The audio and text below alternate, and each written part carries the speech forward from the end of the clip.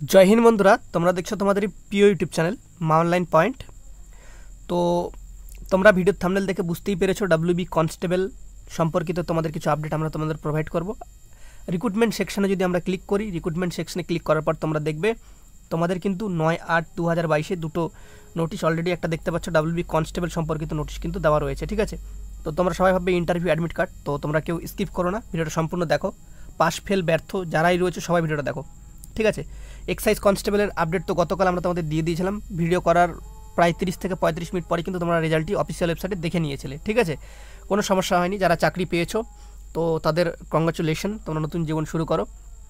আর যারা ব্যর্থ, তো ব্যর্থতার মাঝে জীবন। ব্যর্থ তো প্রায় তোমরা জানো সবাই, 90% লোক যদি ব্যর্থ হয় তো সেখানে 10% লোক মানে সাকসেসফুল হয়। ঠিক আছে, তো এটা কোনো বড় বিষয় নেই। যারা 90% ব্যর্থ আজকে রয়েছে, কাল তোমরাও সাকসেসফুলের দিকে চলে যাবে এদিকে। ঠিক আছে, তো যারা ফেল করেছে তাদের এখন কি করণীয়? তোমরা আরটিআই করতে পারো। ঠিক আছে, আরটিআই করতে তোমরা একদমই করতে পারো। আরটিআই কিভাবে করবে?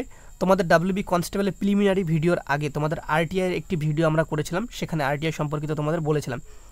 তো আমরা চেষ্টা করব, তোমাদের যদি আরটিআই ভিডিও লাগে তো তোমরা কমেন্ট সেকশনে অবশ্যই জানাও। ঠিক আছে, আরটিআই করলে তোমাদের কী কী ফ্যাসিলিটি হয় না হয় তোমরা তোমাদের ওএমআর সিটটি চেক করতে পারবে বা দেখতে পাবে। ঠিক আছে, তোমাদের বোর্ডে কল করে ডাকা হচ্ছিলো, মানে গতবার ডাব্লিউবি কনস্টেবল প্রিলিমিনারিতে যারা ফেল করেছিল তাদের ক্ষেত্রে বলছি, তাদেরকে বোর্ডে ডাকা হচ্ছিলো এবং তাদের ওএমআর সিটটি স্ক্যান কপিগুলো দেখানো হচ্ছিলো। ঠিক আছে, তাহলে তোমাদের যে ডাউট সেই ডাউটগুলো কিন্তু এ টু জেড ক্লিয়ার হয়ে যায়। এবার তোমাদের বলে দিই, তোমরা অনেকেই জীবন বা লাইফে ব্যর্থ হয়ে, ঠিক আছে, বা তোমরা ফেল করেছো ডাব্লিউবি কনস্টেবলে হোক বা এক্সাইসে, হয়তো পাস করতে পারোনি কোনো কারণে, হয়তো কাট অফ থেকে তোমার কম নাম্বার ছিল, প্রিপারেশন কম ছিল। তো বারবার ফোন করে তোমরা একই কথা বলছো, দাদা ডাব্লিউবি কনস্টেবলের ভ্যাকেন্সি কবে বেরোবে? তো তোমাদের সবার প্রথম বলে রাখি, কনস্টেবল করে তোমাদের মরার কোনো দরকার নেই। ঠিক আছে, ফার্স্ট অফ কথা একটা মাথায় রেখে দাও। ঠিক আছে, সামনে তোমাদের কেপি কনস্টেবলের যে ভ্যাকেন্সিটা রয়েছে সেটা ধরার চেষ্টা করো। কারণ আমি এটাই বুঝতে পারি না, তোমরা যেই ভ্যাকেন্সিটা বেরোয়নি সেই ভ্যাকেন্সি নিয়ে এখন কেন অত টেনশন বা দুশ্চিন্তা, মানে তোমরা না মরতেই মরার আগে তোমরা ভূত হয়ে থাকে যাচ্ছ, সেরকম ব্যাপার একটা, বুঝতে পারলো? তো তোমাদের আমি একটা কথাই বলবো, কলকাতা পুলিশ কনস্টেবল রয়েছে, সেখানে তোমরা ভালো মতো প্রিপারেশন করো। আর যাদের মনে হচ্ছে যে আমি প্রিপারেশন নিজে থেকে করতে পারছি না, বারবার ব্যর্থ হচ্ছি, ভাই জীবনের লাস্ট টাইমটা, ঠিক আছে, আমাদের যে ইনস্টিটিউট রয়েছে বা আমরা যে তোমাদের ভর্তি করাচ্ছি, ঠিক আছে, 15ই আগস্ট পর্যন্ত তোমাদের কিন্তু ভর্তি প্রক্রিয়া চলবে কলকাতা পুলিশ কনস্টেবলের ব্যাচ কোর্সে। ঠিক আছে, আমরা তোমাদের ভিডিওর ডিসক্রিপশন বক্সে লিঙ্ক দিয়ে দিচ্ছি, সেখানে তোমরা টেলিগ্রাম গ্রুপে অ্যাড হয়ে যাও আর সেখান থেকে ভর্তি হয়ে যাও। ঠিক আছে, তো অনেক জীবনে ব্যর্থতা হয়েছে, আশা করি এর পরবর্তীতে আর ব্যর্থতা তোমাদের সম্মুখীন হবে না। টিক তোমরা দেখলে ভিডিওর মাঝখানে, তো তোমাদের বলছি একটু বিশ্বাস রাখতে পারো। তো তোমরা যদি চাও তো অ্যাডমিশন হতে, তো অ্যাডমিশন অবশ্যই হয়ে যেতে পারো। তো ভিডিওর ডিসক্রিপশন বক্সে লিঙ্ক দিয়ে দিচ্ছি, সেই লিঙ্কে ক্লিক করে তোমরা অ্যাডমিশন নিয়ে নিতে পারো। তো গ্রুপে চলে আসো, গ্রুপে আসলেই তোমাদের সাথে কথা হয়ে যাবে, কোনো ব্যাপার নেই। ঠিক আছে, 9-8-2022 যখন আমরা ক্লিক করব, অন স্ক্রিন ক্লিক করার পর তোমরা দেখবে যে তোমাদের এখানে তোমাদের ডাউনলোড কল লেটার্স এখানে একটা রয়েছে, আর এখানে একটা রয়েছে notice for revised result for final examination, এখানে বলে আরেকটা নোটিশ রয়েছে। এই নোটিশটি কী সেটা তোমাদের আমি বলে দিচ্ছি। এই নোটিশটি অনেকক্ষণ আগেই প্রকাশিত হয়েছে, প্রায় সকালের দিকে। ঠিক আছে, তো এখানে একজনকে মানে শর্টলিস্টেড করা হয়েছে, প্রথম নট শর্টলিস্টেড ছিল একটা ক্যান্ডিডেট, তো সেখান থেকে শর্টলিস্টেড করা হয়েছে। এটা নিয়ে আমাকে অনেকে ফোন করছে, দাদা ডাব্লিউবি কনস্টেবলে কি সেকেন্ড মেরিট লিস্ট বের হওয়ার কোনো কি সম্ভাবনা আছে? যেহেতু এই রেজাল্টটা বেরিয়েছে সেহেতু ক্যান্ডিডেটের মনে এটা আসতেই পারে প্রশ্ন, এটা আমাকে অনেকে করেছে। তো বেসিক্যালি যে কেউ হলেও করতো।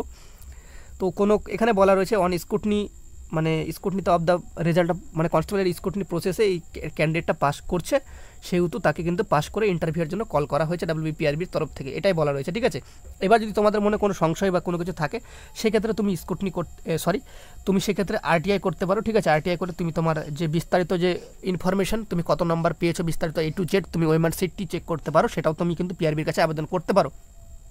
ঠিক আছে, আশা করি তারা অ্যাপ্রুভ করে দেবে এবং তোমাকে তোমার যে স্ক্যান কপি রয়েছে ওএমআর সিটের সেটা কিন্তু দেখাবে। ওকে, আশা করি তোমাদের একটা সেকেন্ড লিস্ট বলতে তোমাদের যে একটি ক্যান্ডিডেট শুধুমাত্র এখানে সফল হয়েছে, তারই একটি লিস্ট প্রকাশিত করেছে পিআরবির তরফ থেকে অফিসিয়াল ওয়েবসাইটে। ঠিক আছে, সেরকমভাবে একদম সেকেন্ড লিস্ট বলতে প্রায় 100 বা 150 জনকে পাস করানো, বা 50 থেকে 60 জন বা 20 থেকে 30 জন এইভাবে পাস করায়, কিন্তু পাস কিন্তু করায়নি। ঠিক আছে, তো এখানে একটা ক্যান্ডিডেট হয়তো কোনো প্রবলেম হতে পারে, সেক্ষেত্রে হয়তো পরবর্তীতে পিআরবি সেই ক্যান্ডিডেটটাকে কিন্তু প্রপারভাবে মানে উঠিয়েছে, সেটা তোমাদের কিন্তু মানে পরবর্তীতে পাস করেছে বা ইন্টারভিউর জন্য শর্টলিস্টেড হয়েছে, সেটা অনুযায়ী কিন্তু তারা কিন্তু একটি কিন্তু তোমাদের কিন্তু সামনে নোটিশও কিন্তু প্রকাশিত করে দিয়েছে। ঠিক আছে, তো আশা করি তোমরা ভিডিও থেকে সম্পূর্ণ কিছু বুঝতে পেরেছো। ঠিক আছে, তো তোমাদের বলে দিই কনস্টেবলের সেকেন্ড লিস্ট বেরোবে কিনা, সেটাও আমি তোমাদের ক্লিয়ার করে দিই। সম্ভাবনা কম, তোমাদের বলবো 99% সম্ভাবনা নেই যে কনস্টেবলের সেকেন্ড লিস্ট বেরোবে, 1% বলতে পারো, ঠিক আছে? মানে না, একদমই ধরে রাখতে পারো যে না বেরোনোর সম্ভাবনাই বেশি, ঠিক আছে? মানে একদম বেশি মানে কি নাই ধরতে পারো, ঠিক আছে? সামনে কলকাতা পুলিশ কনস্টেবলের পরীক্ষা হবে, সেটার জন্য প্রিপারেশন নাও, সেটার জন্য খাটো। আশা করি কলকাতা পুলিশ কনস্টেবলে তোমরা সিলেক্টেড হতে পারবে। ভ্যাকেন্সির দিকে তাকাবে না, নিজের বেস্ট দেওয়ার চেষ্টা করো, চাকরি অবশ্যই হবে, ঠিক আছে? একটা ভ্যাকেন্সি থাকলেও তোমার চাকরি হবে, বেস্ট সবসময় দেওয়ার চেষ্টা করো। প্রথমে নেগেটিভিটি মাথার মধ্যে নিয়ে আসবে না, নাহলে জীবনে কোনোদিন যদি তোমার এখানে 8 লক্ষ ভ্যাকেন্সি হয়, কোনোদিন তুমি সেখানে সাকসেসফুল হতে পারবে না।